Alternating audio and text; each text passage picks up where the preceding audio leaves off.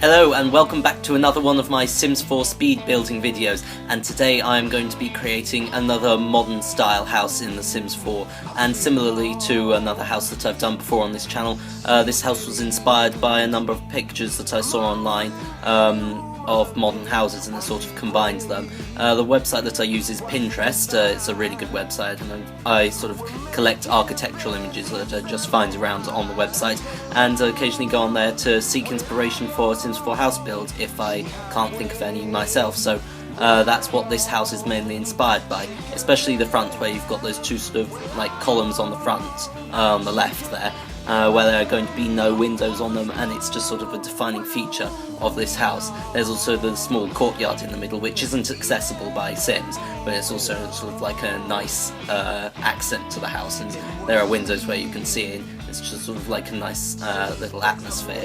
There's of course also the balcony on the second floor at the back, which I'll be doing something quite special with later on in the video, but you'll have to wait and see what that is later on in the video. Now I should explain that there is now a sort of slower rate of videos coming up onto my channel, and that is because school has once again started, and therefore I've got to focus on my work, as I have started doing A-levels, and they're pretty critical if you want to get a good education. So that's my main focus, but I still enjoy building in The Sims 4, and I will record anything that I build, so that's what I'm doing at the moment. I've also got another build planned for the end of this month. It is of course Halloween themed, so I'm going to be using the Sims 4 Spooky Stuff pack, and I've also got another build sort of prepared for sometime in November, which you'll have to look out for. I quite like that build too, it's coming along really nicely. As for my Sims 3 Revamped Vista series, that's going to come along sort of slowly, maybe 5 episodes a year or so, because what I've found with it is it's quite slow building in The Sims 3. It's how would you say it? It's not the lag in it, it's just finding all the items that look good together and trying to put them together and whatnot, and there is of course a small bit of lag, and that just contributes to it. So I will eventually get back into revamping Vista, but for the moment I'm enjoying The Sims 4, so that's what I'm going to be doing, and I hope that you enjoy it too.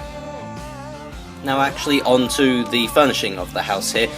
This is another house where I tried to do lots of different things with move objects on sheet and other ways to make the furnishing look a little bit different. I carried on my technique of using cabinets as sort of like a ground, a whole table thing along the wall here in the living room. You can see underneath the television and the fireplace, as well as the cabinets on the left hand side of the room. And just putting in a couple of sofas. Now about the furnishing in this house, for some reason the video files for the final 2 rooms in this house corrupted, so you won't see them in the video, although I do have a final shot in this video of what the rooms turned out, as well as the screenshots at the end, so you can still see what they look like.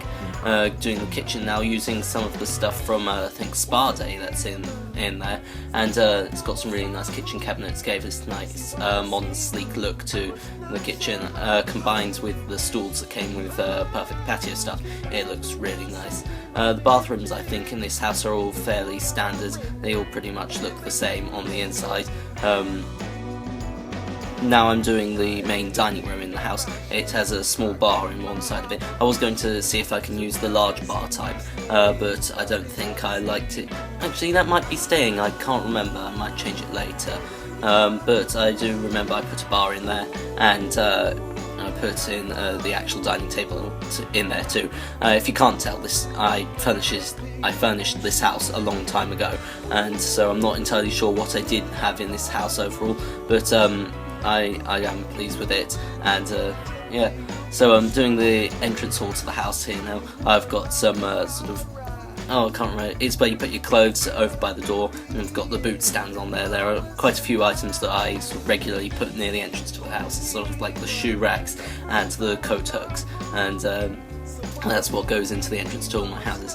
Doing a fairly sort of simple study here, a couple of racks for magazines, not Macs for magazines, and some bookcases in the sort of alcoves formed by the two I don't know what to call them, maybe pillars or monoliths on the front. You know, you've got the bookcases in there, and now I'm going on to furnishing the upstairs of this house. So I think this room here I'm finishing at the moment is a child's bedroom, so I'm just putting in some fun colours here, and this is going to be a very young child's bedroom.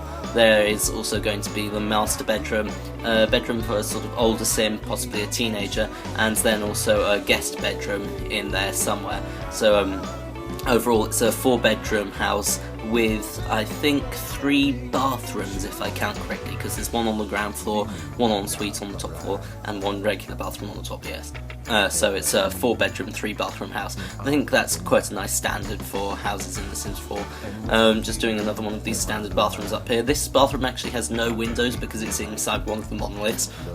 I didn't want to compromise the sort of way it looked from the outside, and I did try putting a window in there, but I didn't like it, so I just went with sort of man-made light or artificial light to light up that bathroom, and I think it still turned out quite well. It meant I could get more things on the wall, sort of more pictures, and that was always nice. So now I'm doing the master bathroom and the master bedroom. Here I've used another sort of technique for furnishing. It's a walk-in shower, and just doing that by adding the wall in and some windows on it, using some of the nice windows that came with the spa day, and then actually doing the bedroom in here. So I tried a different technique with furnishing in this house, well, for the bedrooms especially, because beds are so hard to match to the rest of the room. What I did in these bedrooms is I got the beds and I actually furnished the room around what the bed looks like, and that way I think it's much easier to get a more coherent sense of furnishing. So skipping the furnishing of the other rooms and the balcony that you can see there, just because the video file got corrupted unfortunately, but here on the screenshots you can see what everything ended out looking like. So here's the living room on the ground floor. From a couple of shots, I did take quite a few screenshots because I am proud of how this house turned out. It's got really nice furnishings, sort of a luxurious, modern, contemporary feel to it, a really nice place to live. There's outside by the pool, and here is in one of the bathrooms. I didn't actually put any blinds or shutters or curtains on the windows, so other Sims could look and see the Sims in the bathroom, but they're not really that bothered about it in The Sims.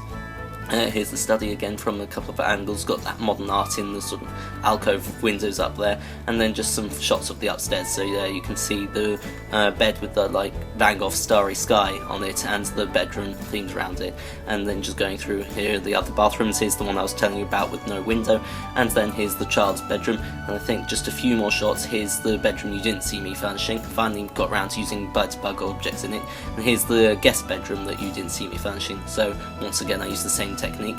And then here's something I'm really proud of, the balcony with the bar and the hot tub and the trellis over the top. So after this I think it's a couple floor plans of the house, and then that's it. So I want to thank you all very much for watching, and goodbye.